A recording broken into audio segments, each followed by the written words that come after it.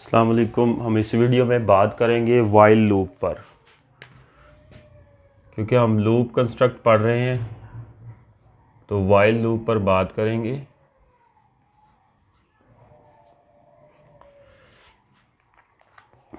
While loop को इस तरह यूज़ करते हैं।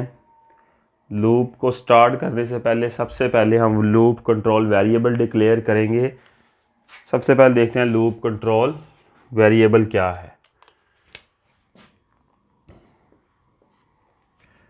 A variable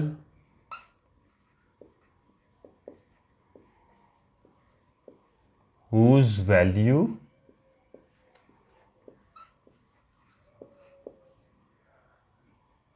is used to control the number of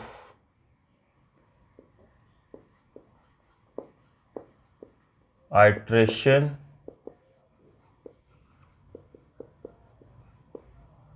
of loop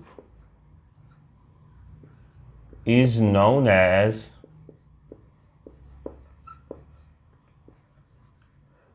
loop control variable. Loop control variable को हमेशा लूप स्टार्ट होने से पहले डिक्लेयर करवाया जाता है और इसमें इंक्रीमेंट और डिक्रीमेंट लूप की बॉडी के अंदर लगाया जाता है। Loop control variable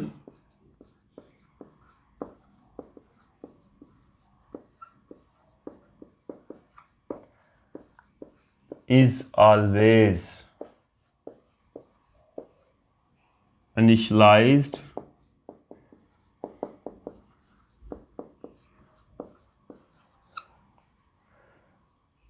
before starting of loop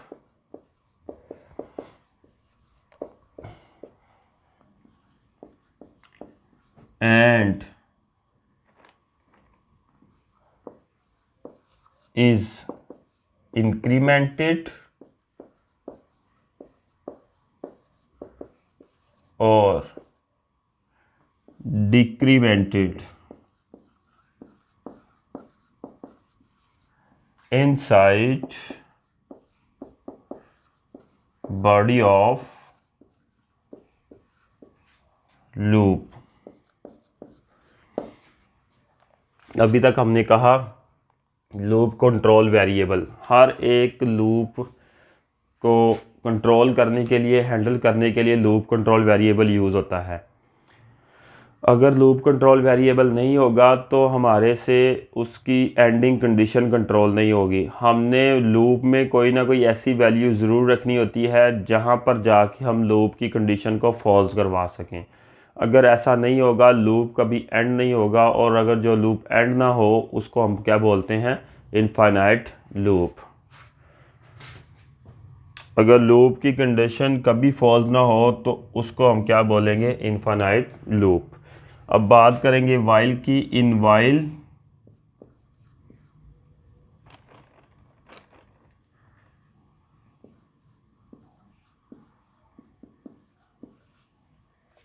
loop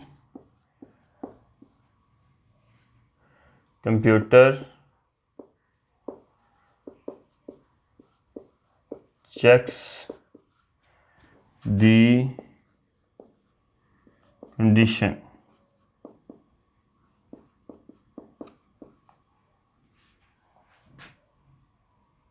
that is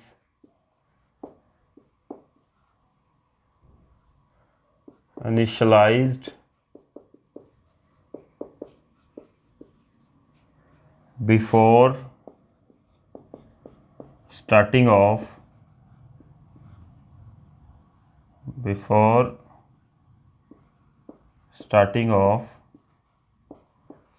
loop. Bracket में लिखेंगे loop control variable.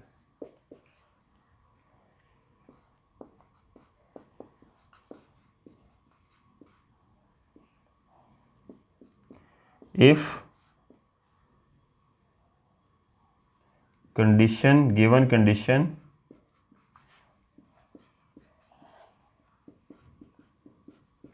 Is true. अगर गिवन कंडीशन ट्रू है तो दो काम किए जाएंगे। The body of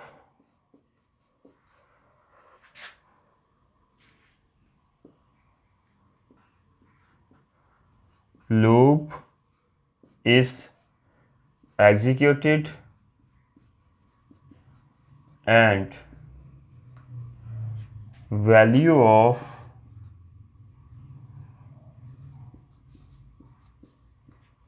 loop control variable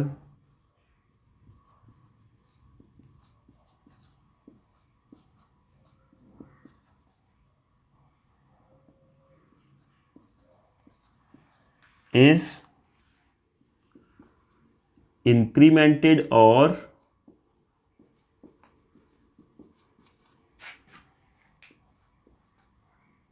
decremented।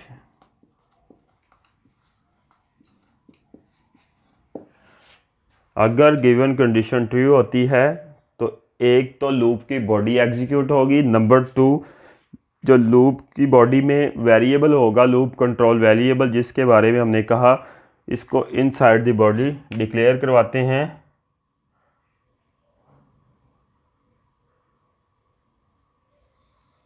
Inside the body increment decrement करते हैं, उसको हम इंक्रीमेंट और डिक्रीमेंट करेंगे। बिफोर बॉडी इनिशियलाइज करवाते हैं और inside the body increment decrement as per rule, जैसे हमने पहले डिफाइन किया। तो वेरिएबल की बॉडी एग्जीक्यूट होने के साथ साथ, लूप की बॉडी एग्जीक्यूट होने के साथ साथ वेरिएबल में इंक्रीमेंट और डिक्रीमेंट लगेगा।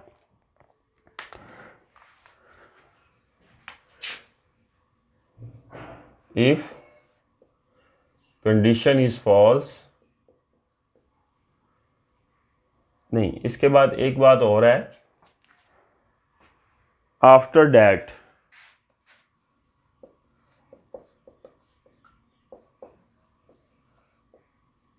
control is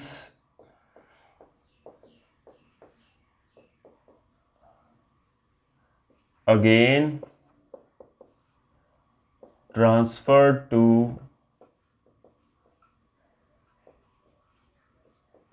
while to check condition। अगर कंडीशन ठीक होती है तो सबसे पहले लूप की बॉडी एग्जीक्यूट होगी, फिर लूप कंट्रोल वेरिएबल में इंक्रीमेंट या डिक्रीमेंट लगेगा, फिर कंट्रोल दोबारा वाइल को ट्रांसफ़र कर दिया जाएगा कंडीशन चेक करने के लिए, और this process is repeated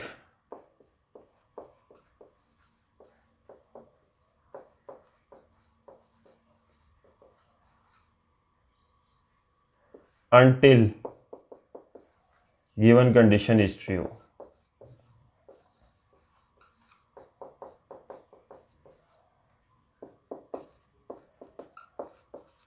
until given condition is true। अगर कंडीशन फॉल्स होती है, if condition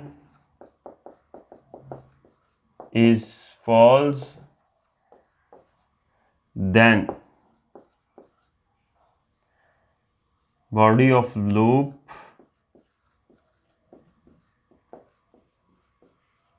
is ignored and control is transferred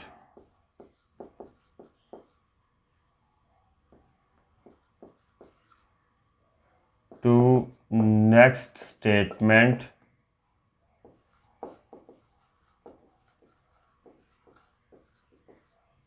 after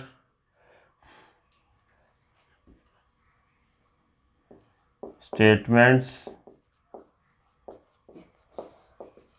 after loop structure।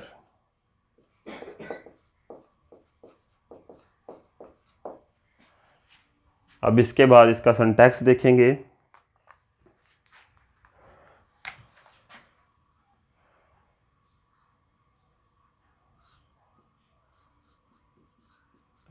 Syntax की heading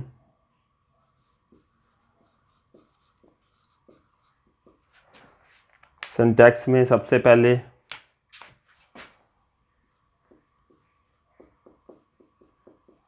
लाइजेशन of loop control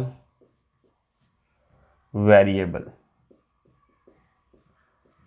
initialisation of loop control variable, उसके बाद while, इधर क्या होगी condition,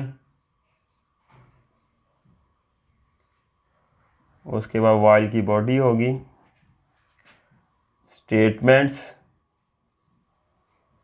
जो हमने एग्जीक्यूट करनी है, स्टेटमेंट्स के बाद लूप कंट्रोल वेरिएबल का increment slash decrement, loop control variable का इंक्रीमेंट होगा या डिक्रीमेंट होगा।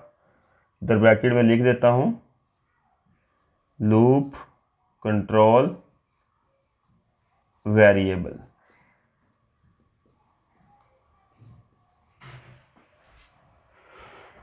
Initialisation of loop control variable, फिर while condition, statements, increment decrement और उसके बाद लूप एंड।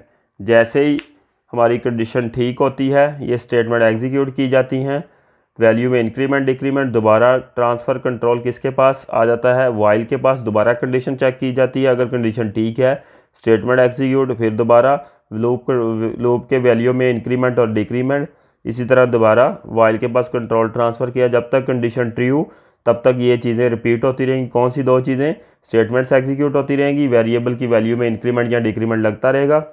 जैसे ही कंडीशन फॉल्स होगी वाइल को छोड़ के, इसकी बॉडी को छोड़ के, इससे नेक्स्ट जो स्टेटमेंट होगी कंट्रोल उधर ट्रांसफ़र कर दिया जाएगा। आज के लेक्चर के लिए इतना ही। वाइल लूप का जो फ्लो चार्ट है और सैम्पल प्रोग्राम्स हैं ये कल की वीडियो में देखेंगे।